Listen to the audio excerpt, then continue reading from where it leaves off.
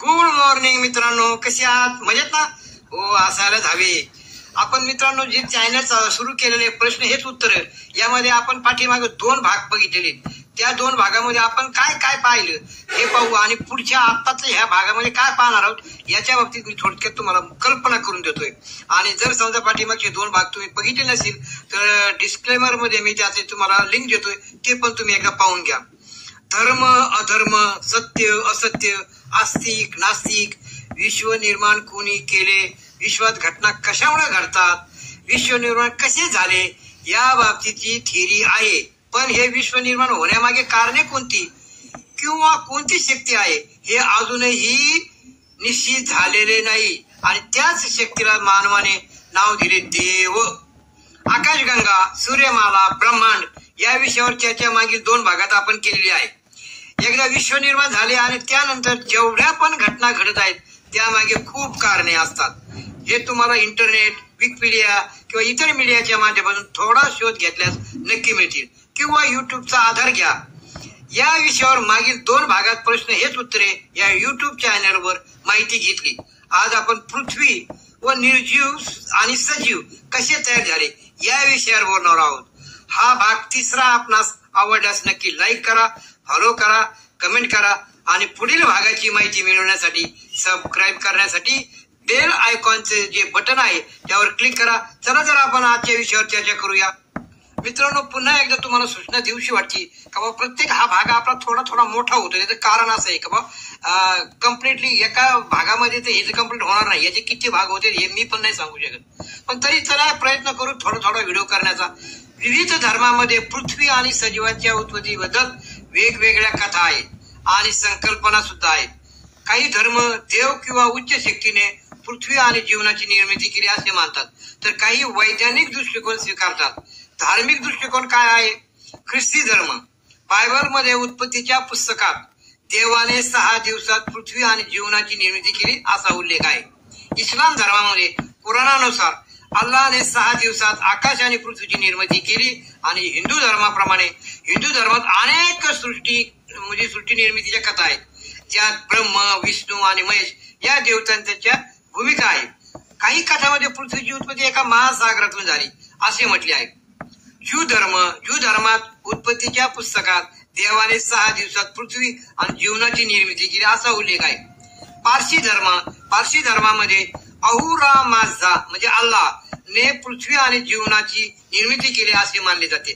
आता वैज्ञानिक दृष्टिकोन, बिंग बंग मोठा स्फोट मागच्या आपण भागामध्ये बघितले का मोठा स्फोट म्हणजे त्याला बिंग बंग म्हणतात. तुम्ही विकिपीडियावर किंवा नेटवर जाऊन बिंग बंग हे काय प्रकारे हे तुम्ही चेक करू शकता.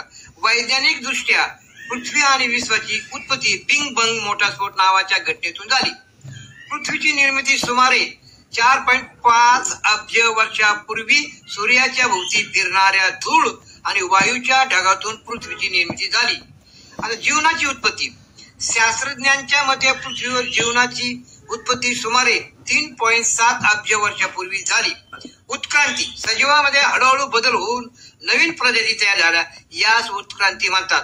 निष्कर्ष काय?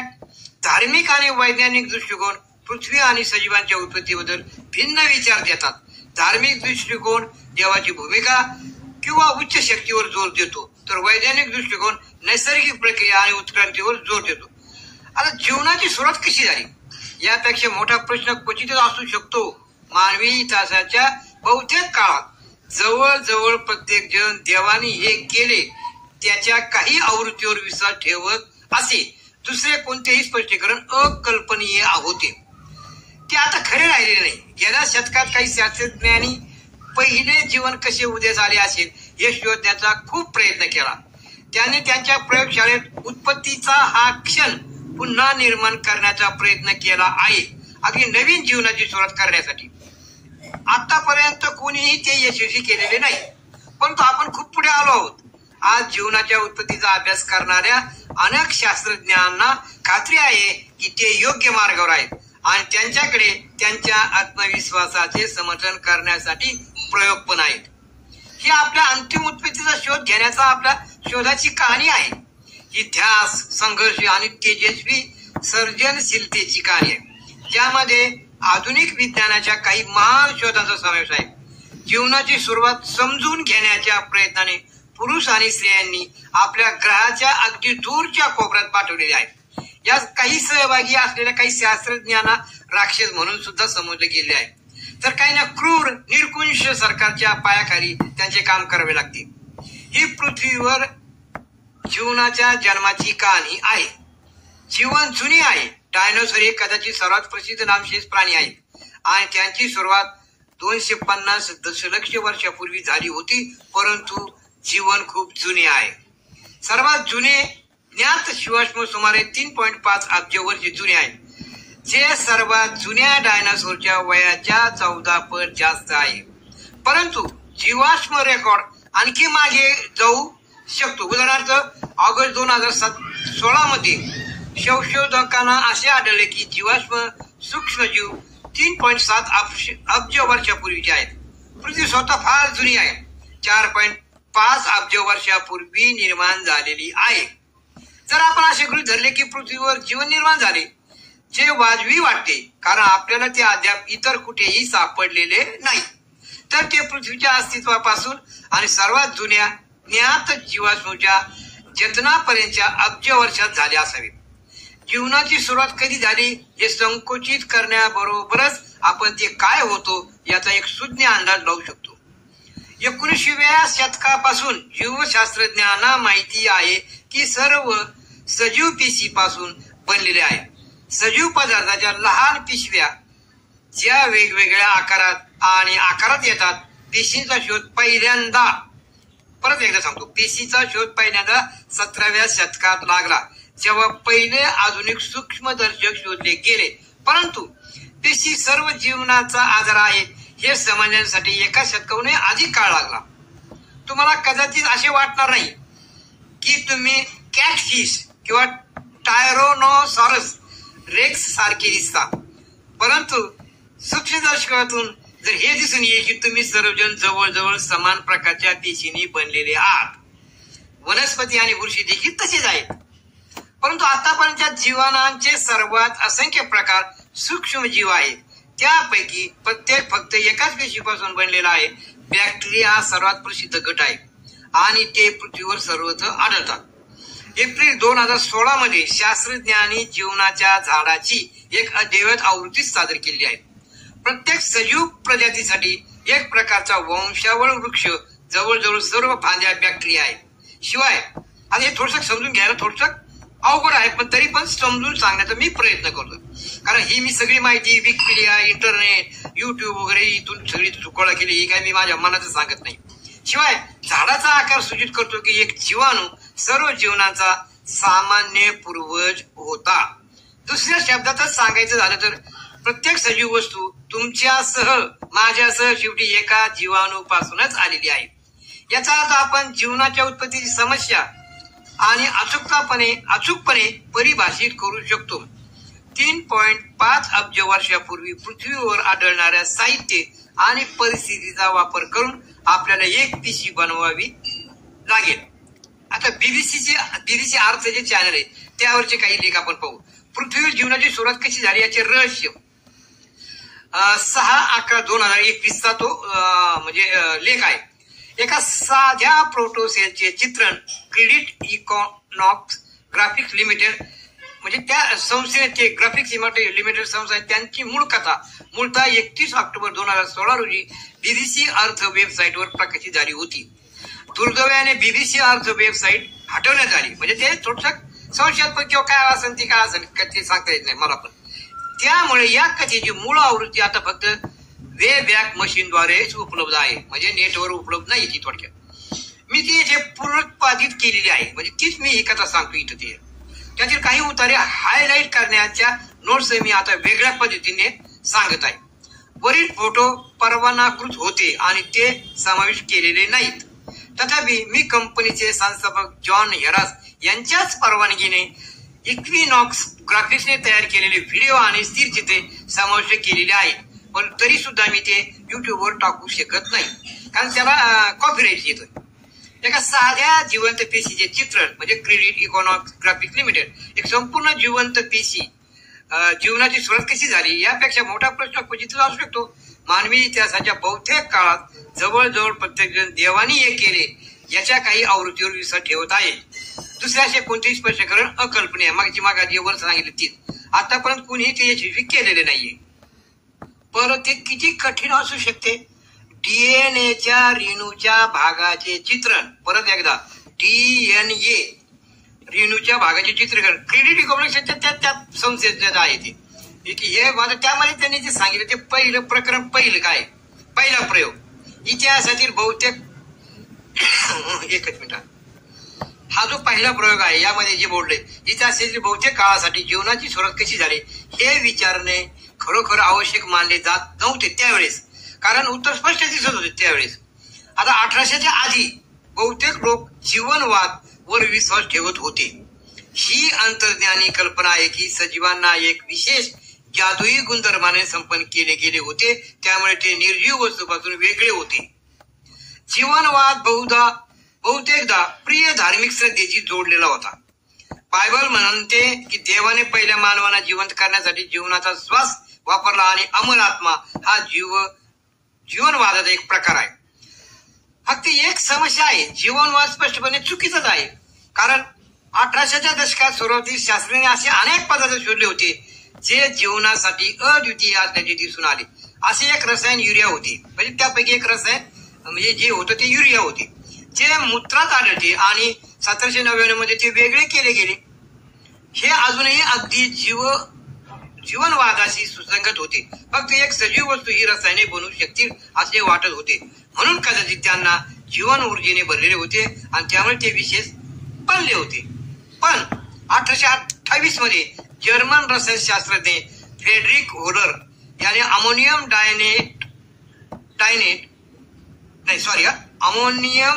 सायनेट नावाच्या सामान्य काय होतं माहिती का, इतकं स्पीडने बोलायचं म्हणलं तर थोडा माग पुढे होऊ शकतो तो, कारण काही गोष्टी मला वाचून पण बोलावं लागतात, सगळं पाठांतर होऊ शकत नाही. अमोनियम सायनेट नावाच्या सामान्य रसायनापासून युरिया बनवण्याचा मार्ग शोधला. कोणी शोधला? फ्रेडरिक होलरने, ज्याच्या सजीवांशी कोणताही संबंध नव्हता. इतरांनीही त्याच्या पावलावर पाऊल ठेवले आणि लवकरच स्पष्ट झाले की जीवनाची रसायने जीवनाशी काही संबंध नसलेल्या सोप्या रसायनापासून बनवता येतात. वैज्ञानिक संकल्पना म्हणून जीवनवादाचा हा शेवट होता, परंतु लोकांना ही कल्पना सोडून देणे खूप कठीण वाटले. अनेकांसाठी जीवनाच्या रसायनामध्ये काहीही विशेष नाही असे म्हणणे जीवनाची जादू हिरावून घेण्यासारखे वाटले. आपल्याला फक्त यंत्रे बनवण्यासारखे वाटले, अर्थात ते बायबलच्याही विरुद्ध होते. जर मी आज हा लेख पुन्हा म्हणजे त्या लेखकाचं म्हणणं ते मी वाचून दाखवतो तुम्हाला, फ्रेडरिकचं पुन्हा लिहिला तर मी हा विभाग वेगळ्या पद्धतीने हाताळेन. होलर तो जो होता ना, होलरने जीवनवादाला खोटे ठरवले ही कल्पना कधी कधी होलर मिथक म्हणून ओळखली जाते आणि ऐतिहासिक दृष्ट्या संशयास्पद पण आहे. पण मला त्यावेळी ते माहित नव्हते. जे जेनेसिक क्वेस्ट मधील उत्तर अधिक सूक्ष्म आहे. शास्त्रज्ञांनी देखील जीवनवाद सोडण्यासाठी संघर्ष केला. 1913च्या अखेरीस इंग्रजी जीवन रसायन शास्त्रज्ञ बेंजामिन मूर काय म्हणतोय, जैविक ऊर्जाचा म्हणतो तो सिद्धांत जोमाने पुढे नेत होतो, जो मूलतः वेगळ्या नावाने जीवनवाद होता. या कल्पनेचा भावनिक प्रभाव मजबूत होता. आजही ही कल्पना अनपेक्षित ठिकाणी टिकून आहे. उदाहरणार्थ असे अनेक विज्ञान कथा आहेत ज्यात एखाद्या व्यक्तीची जीवन ऊर्जा वाढवता येते किंवा काढून टाकता येते. डॉक्टर हू मध्ये टाइम लॉर्ड्सने वापरलेल्या पुनर्जन्म ऊर्जाचा विचार करा, जी कमी पडली तरी पुन्हा भरता येते. ही भविष्यवादी वाटते, परंतु ही एक जुनी कल्पना आहे. तरीही 1928 नंतर शास्त्रज्ञांकडे पहिले जीवन कसे निर्माण झाले याचे देवत्व मुक्त स्पष्टीकरण शोधण्याची वैध कारणे होती, पण त्यांनी तसे केले नाही. हा एक स्पष्ट विषय आहे. असे दिसते की त्यांचा शोध घेणे कठीण आहे, परंतु प्रत्यक्षात जीवनाच्या उत्पत्तीचे रहस्य अनेक दशकापासून दुर्लक्षित केले गेले. कदाचित प्रत्येक जण अजूनही पुढचे पाऊल उचलण्यासाठी जीवनवादाशी भावनिक दृष्ट्या जोडलेला होता. त्याऐवजी 19व्या शतकातील मोठी जैविक प्रगती म्हणजेच उत्क्रांतीचा सिद्धांत 19व्या शतकामध्ये उत्क्रांतीचा सिद्धांत मांडला गेला, जो चार्ल्स डार्विन, आता तुम्ही ते आपण शाळेमध्ये अभ्यास केलेला चार्ल्स डार्विनचा उत्क्रांतीचा सिद्धांत आणि इतरांनीही विकसित केला होता. 1859 मध्ये on the origin of species मांडलेल्या डार्विनच्या सिद्धांताने स्पष्ट केले की जीवनाची प्रचंड विविधता एकाच सामान्य पूर्वापासून कशी उद्भवू शकते. देवाने प्रत्येक वेगवेगळ्या प्रजाती वैयक्तिकरित्या निर्माण करण्याऐवजी त्या सर्व लाखो वर्षापूर्वी जगणाऱ्या आदिम जीवापासून वंशज होत्या. शेवटचा सार्वत्रिक सामान्य पूर्वज ही कल्पना पुन्हा एकदा अत्यंत वादग्रस्त ठरली, कारण ती बायबलाच्या विरोधात होती. डार्विन आणि त्याच्या कल्पनावर विशेषतः संतप्त ख्रिश्चनाकडून भयंकर हल्ला झाला. उत्क्रांतीच्या सिद्धांत, आता मी हे काय धर्मवादासाठी मी बोलत नाहीये, आपल्याला फक्त काय करायचंय, सत्य धर्म धर्म म्हणजे ह्या ज्या गोष्टीकडे जायचं आपल्याला, म्हणून हे मी तुम्हाला पुरावे देतो.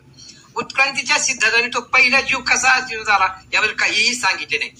डार्विनला माहित होतं की हा एक गहन प्रश्न आहे, परंतु कदाचित चर्चशी आणखी एक संघर्ष सुरू करण्यापासून सावध असले तरी त्याने 1871 मध्ये लिहिलेल्या एका पत्रातच या विषयावर चर्चा केली. त्याच्या उत्साही भाषेतून म्हणजे त्या उत्साही भाषेत जे त्यांनी लिहिलं होतं ते त्याच्यात दिसून येते की त्याला या प्रश्नाचे खोल महत्व माहीत होते. पण जर आणि अरे किती मोठे असेल तर आपण सर्व प्रकारच्या अमोनिया आणि फॉस्फरिक क्षारासह प्रकाश, उष्णता, वीज आणि असलेल्या उदार लहान तलावात एक प्रथिने संयुग रासायनिकरित्या तयार झालेले असेल, जे आणखी जटिल बदलांना सामोरे जाण्यास तयार असेल. दुसऱ्या शब्दात सांगायचे, जर एकेकाळी साध्या सेंद्रिय संयुगाने भरलेले आणि सूर्यप्रकाशात न्हावून निघणारे एक लहानसे पाणी असेल तर काय होईल. त्यातील काही संयुगे एकत्रित होऊन प्रथिनेसारखे जीवनासारखे पदार्थ तयार करू शकतात, जे नंतर विकसित होऊ शकतात आणि अधिक जटिल होऊ शकतात. ही एक रेखाचित्र कल्पना होती. मित्रांनो, पुढे आपण त्या याच्यामध्ये प्रयत्न करतोय प्रकाश टाकण्याचा, कारण व्हिडिओ खूप मोठा होऊ नये याची काळजी घेतोय आपण. प्रकरण दुसरं, मोठे ध्रुवीकरण. 1950च्या दशकाच्या, आता आपण जवळ येत चाललो, लक्षात ठेवा. 50च्या दशकाच्या सुरुवातीस शास्त्रज्ञांनी जीवन हे देवांची देणगी आहे या दीर्घकालीन गृहीतकापासून दूर गेले होते. त्यावेळी त्यांनी सुरुवातीच्या पृथ्वीवर जीवन आपोआप आणि नैसर्गिकरित्या निर्माण झाले. बघा, हे वाक्य परत एकदा मी सांगतो, कारण काय काही ठिकाणी म्हणजे लय महत्वाचं असतं ते, गृहीतकापासून दूर गेले होते. त्यावेळी त्यांनी सुरुवातीच्या पृथ्वीवर जीवन आपोआप आणि नैसर्गिकरित्या निर्माण झाले या शक्यतेचा शोध घेण्यास सुरुवात केली आणि स्टॅनली मिलरच्या प्रतिष्ठित प्रयोगामुळे त्यांना या कल्पना काही व्यावहारिक आधारही मिळाला. मिलर सुरुवातीपासून जीवनाची सामग्री बनवण्याचा प्रयत्न करत असताना इतर शास्त्रज्ञ जनुके कशापासून बनलेले आहे हे शोधत होते. त्यावेळेपर्यंत अनेक जैविक रेणू ज्ञात होते. यामध्ये साखर, चरबी, प्रथिने आणि डिऑक्सी रायबोन्युक्लिक ऍसिड किंवा थोडक्यात डीएनए सारखे न्यूक्लिक ऍसिड समाविष्ट होते. आता डीएनएच्या बाबतीत मी थोडं पुढे गेल्यानंतर तुम्हाला सविस्तर सांगेन. आता ती म्हणजे जी आहे, आता जी प्रचलित म्हणजे पद्धत आहे डीएनएची, याच्यावरती खूप उपयोग झाला त्याचा.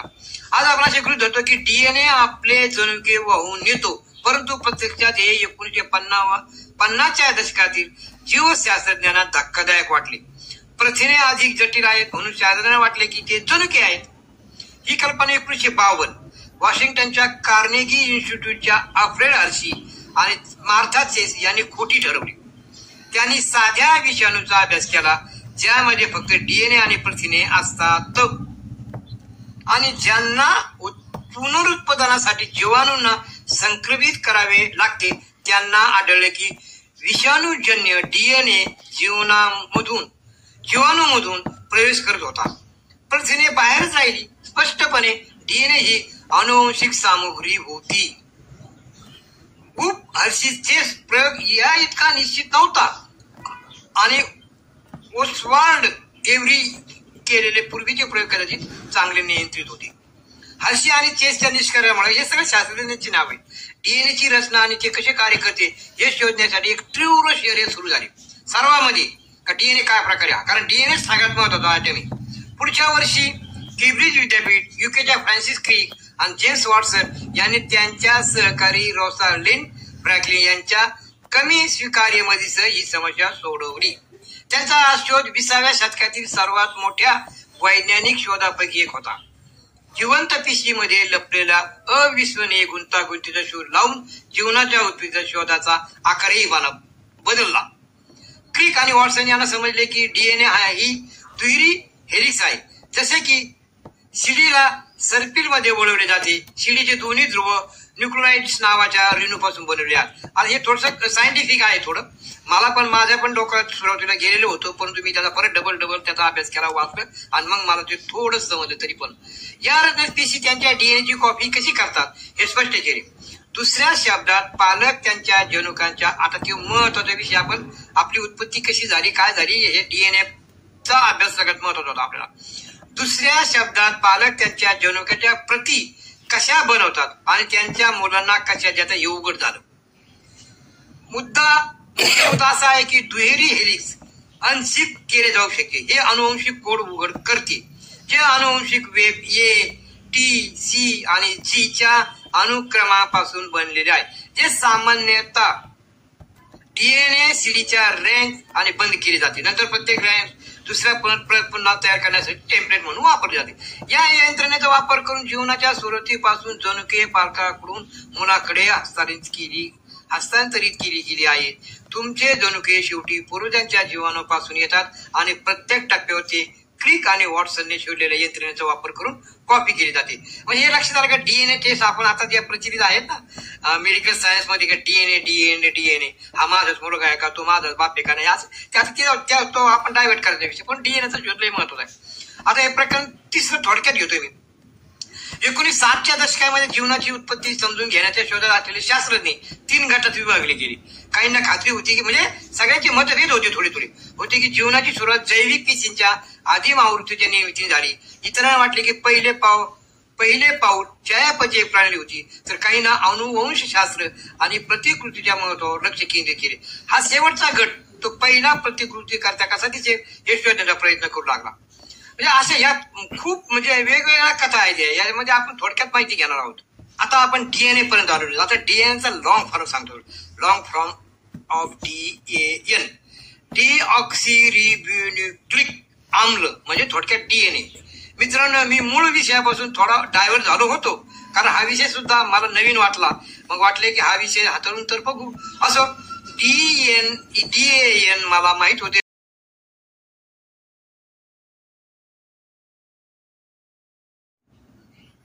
लॉंग फॉर्म ऑफ डीएन, डीऑक्सिरिबोन्युक्लिक आम्ल म्हणजे थोडक्यात डीएनए. मित्रांनो, मी मूळ विषयापासून थोडा डायव्हर्ट झालो होतो, कारण हा विषय सुद्धा मला नवीन वाटला. मग वाटले की हा विषय हाताळून तर बघू. असं डीएन मला माहित होते, परंतु वेगळ्या पद्धतीने आज समजलं. ढोबळमानाने, आता थोडक्यात ढोबळमानाने सजीव निर्जीव कशा प्रकारे निर्माण झाले. अवयजोनिस पृथ्वीवर 3.5 अब्ज वर्षापूर्वी निर्जीवापासून जीवनाची उत्पत्ती झाली ही कल्पना अवयजोनिस हे असे सुचवते. म्हणजे सगळे शास्त्रज्ञांचे नाव आहे सगळे, की निर्माण झालेले पहिले जीव स्वरूप खूप सोपे होते आणि हळूहळू प्रक्रियेद्वारे ते अधिकाधिक गुंतागुंतीचे होत गेले. प्रचलित वैज्ञानिक गृहीतक असे आहे की पृथ्वीवरील निर्जीव घटकापासून सजीवामध्ये संक्रमण ही एकच घटना नव्हती, तर राहण्यायोग्य ग्रहांची निर्मिती, सेंद्रिय रेणूंचे प्रीबायोटिक संश्लेषण, आण्विक स्वप्रतिकृती, स्वसंमेलन, ऑटोकॅटॅलिसिस यांचा समावेश असलेल्या वाढत्या गुंतागुंतीची ही प्रक्रिया होती. निर्जीव पदार्थापासून सजीव वस्तू निर्माण होतात हा सिद्धांत काय आहे. उत्स्फूर्त पिढी ही एक अधोरेखित वैज्ञानिक सिद्धांत आहे, ज्यामध्ये असे मानले गेले की सजीव प्राणी निर्जीव वस्तू पासून पदार्थापासून उद्भवू शकतात आणि अशा प्रक्रिया सामान्य आणि नियमित होत्या. जीवन निर्जीवातून सजीवात कशी गेली. मित्रांनो, थोडा म्हणजे स्टोरेजचा प्रॉब्लेम आलेला होता, तरी आपण चालू करूया पुढे. त्या गुंतागुंतीची प्रक्रिया होती. निर्जीव पदार्थापासून सजीव वस्तू निर्माण होतात हा सिद्धांत काय आहे. उत्स्फूर्त पिढी ही एक अधोरेखित वैज्ञानिक सिद्धांत आहे, ज्यामध्ये असे मानले गेले की सजीव प्राणी निर्जीव वस्तू पासून पदार्थापासून उद्भवू शकतात आणि अशा प्रक्रिया सामान्य आणि नियमित होत्या. जीवन निर्जीवातून सजीवात कशी गेली. निर्जीवातून म्हणजे अणुरेणू असं जे आपण म्हणतो ना आपल्या धर्माप्रमाणे, म्हणजे आता ते भरपूर आहे पण त्याकडे जायचं नाही आपल्याला. जीवन निर्जीवातून सजीवात कसे गेले. निर्जीव पदार्थापासून सजीव वस्तू निर्माण होतात हा सिद्धांत काय आहे. उत्स्फूर्त पिढी ही एक अधोरेखित वैज्ञानिक सिद्धांत आहे, ज्यामध्ये असे मानले गेले की सजीव प्राणी निर्जीव पदार्थापासून उद्भवू शकतात आणि अशा प्रक्रिया सामान्य आणि नियमित होत्या. उदाहरणार्थ तुम्हाला आता उदाहरण द्यायचे ठरलं तर इतकं भारी उदाहरण, नृसिंह याचा जन्म कशातून झाला किंवा प्रगट झाला. नृसिंह बरोबर, नृसिंह कशातून प्रगट झाला, लाकडाच्या खांबामधून. आता मी थोडी उपमा वेगळी दिली, परंतु कशामधून, निर्जीव वस्तूपासून जन्म झाला. निर्जीव पदार्थापासून जीवनाची उत्पत्ती होऊ शकते ही संकल्पना उत्क्रांती म्हणून ओळखली जाते. ती कोणती?